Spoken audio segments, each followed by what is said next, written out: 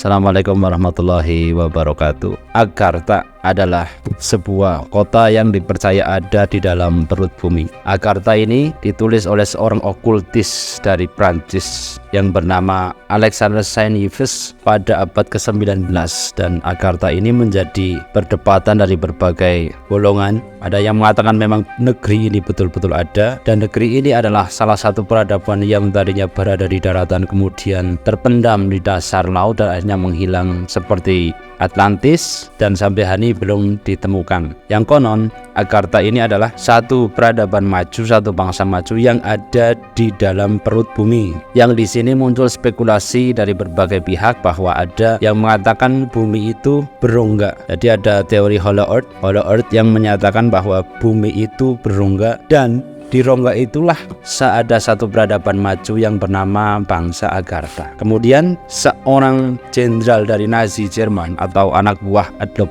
Hitler juga pernah mencari. Dalam sejarah, Hitler pernah mengutus orang kepercayaannya untuk mencari satu negeri di bawah perut bumi atau di satu wilayah tersembunyi, karena Adolf Hitler percaya bahwa di situ ada satu peradaban maju. Bahkan ada juga yang mengatakan bahwa itu adalah asal mula ras Arya, karena Hitler ini sangat rasis sekali, bahwa beliau menyatakan bahwa ras Arya inilah ras yang tertinggi di muka bumi ini. Dalam pencarian berbagai pihak, maka ditemukanlah berbagai narasi bahwa ada yang menyatakan Agartha itu nyata, dan ada yang menyatakan itu hanya sebuah kisah fiksi yang ditulis oleh seorang penulis dari Prancis di abad ke-19.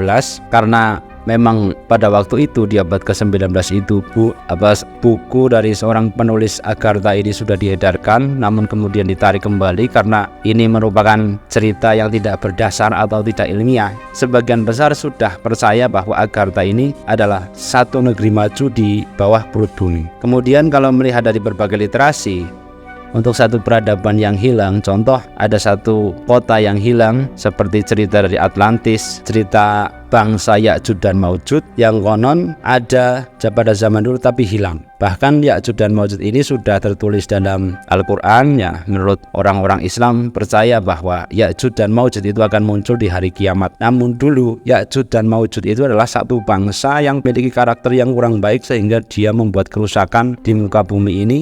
Kemudian oleh Iskandar Zulkarnain dalam agama Islam, atau orang-orang barat mendefinisikan itu Alexander Agung atau The Great Alexander. Akhirnya dibuatkanlah satu benteng yang membentengi mereka sehingga mereka sampai hari ini tidak bisa keluar lagi. Jadi ada yang mengkait-kaitannya dengan Agartha ini. Namun kalau kita sebagai orang timur, kita bisa melihat dari dua sisi, yaitu antara sisi sains dan sisi religius atau sisi spiritual. Kalau di kepercayaan orang-orang timur memang sudah mendalami kepercayaan religius, yaitu religious question. Kalau orang barat mungkin sudah lebih condong ke intelligent question atau disebut IQ, tapi bangsa kita condongnya, kita juga lebih condong dulu nenek moyang kita ke religious question atau kecerdasan spiritual. Meskipun hal ini belum bisa diilmiahkan di buku-buku dalam kurikulum madrasah atau sekolah, tapi sebetulnya hal-hal seperti ini sudah bisa diteliti dengan metode fisika kuantum, metode penelitian fisika kuantum. Karena teori Big Bang sendiri sampai hari ini juga belum selesai. Jadi para ilmuwan masih mengadakan satu penelitian tentang asal murasal atau asal mula dunia ini terbentuk melalui teori Big Bang itu sendiri. Untuk bangsa Agartha, dalam satu referensi juga ada yang menyatakan ini bukan bangsa yang nyata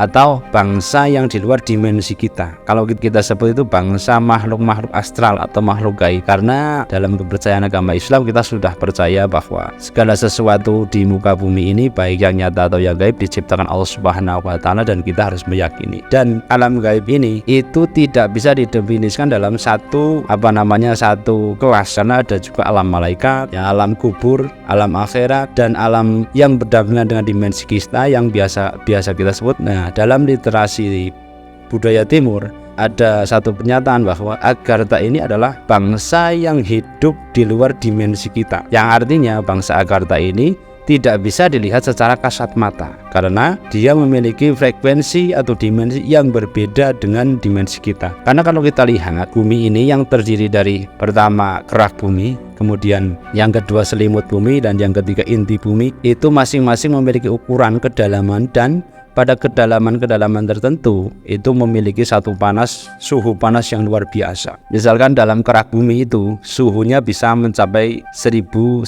derajat Celcius, kemudian dalam selimut bumi yang memiliki kedalaman sekitar 2900 km itu memiliki suhu 3000 derajat Celcius, dan dalam yang terakhir di inti bumi atau yang dinamakan inner core itu memiliki suhu 6000 derajat Celcius, dan itu tidak dimungkinkan untuk makhluk hidup atau manusia hidup di dalam perut bumi itu. Tapi kalau untuk makhluk lain atau dimensi lain kemungkinan bisa hidup, karena dimensi kita hari ini terpaku pada 3 dimensi. Tapi mungkinkah masih ada dimensi selanjutnya dalam penelitian ilmiah? Nah, itu sangat mungkin sekali, karena 3 dimensi sudah kita temukan dan memungkinkan lagi ada 4 dimensi, 5 dimensi dan selanjutnya. Nah, ini masih belum dikembangkan oleh ilmuwan-ilmuwan kita. Maka dari itu kecerdasan spiritual orang-orang timur ini memiliki satu ranah yang mengacu pada latihan-latihan spiritual